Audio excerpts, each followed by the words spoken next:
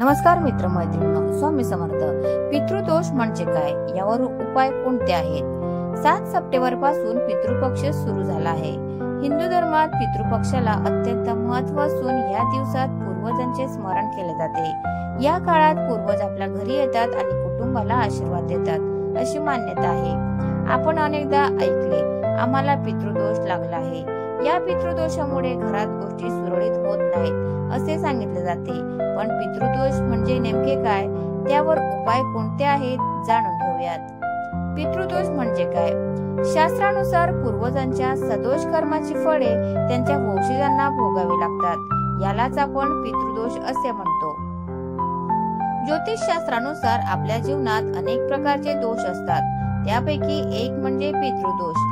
एखाद्या व्यक्तीच्या मृत्यूनंतर विधीनुसार त्यांचे अंतिम संस्कार झाले नाहीत किंवा एखाद्याचा अकाली मृत्यू झाल्यास त्या व्यक्तीशी संबंधित कुटुंबातील सदस्यांना पितृदोषाचा फटका अनेक पिढ्या सहन करावा लागतो.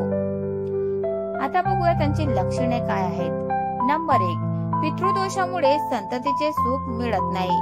अनेकदा असे आढळून आले आहे की मूल अनेकदा अपंग आणि मतिमंद होते. नंबर 2, नोकरी व्यवसायात कष्ट करूनही फळ मिळत नाही. नंबर 3, कुटुंबात मतभेद होतात. नंबर 4, घरात सततचे आजारपण राहते. नंबर 5, लग्नानंतर घटस्फोटाचे परिणाम वाढतात. नंबर 6, विवाह जमण्यात अडचणी येतात. अशी साधारण लक्षणे पितृदोषाची सांगितली जातात. आता बघूया त्यावर उपाय काय आहेत. नंबर 1, पितृदोषापासून मुक्ती मिळवण्यासाठी पितरांच्या मृत्यूच्या तिथीला किंवा श्राद्ध पक्षात सर्व पितृ अमावस्येला तर्पण करावे आणि ब्राह्मणाला भोजन देऊ शकता. नंबर 2, या दिवसात जेवढे जमेल तेवढे दान करावे.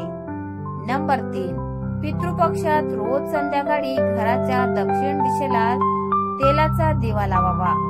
नंबर 4, वर्षातील प्रत्येक एकादशी, चतुर्दशी आणि अमावस्येला त्रिपिंडी श्राद्ध करू शकता.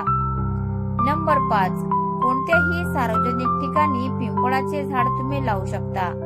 नंबर 6, श्रीमद भगवत गीतेच्या 7व्या अध्यायाचे रोज पठण तुम्ही करू शकता.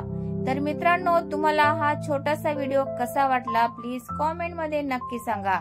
आणि व्हिडिओ जर आवडला असेल तर व्हिडिओला लाईक करा, शेअर करा आणि चॅनलला सबस्क्राईब करायला विसरू नका. धन्यवाद. Thanks for watching.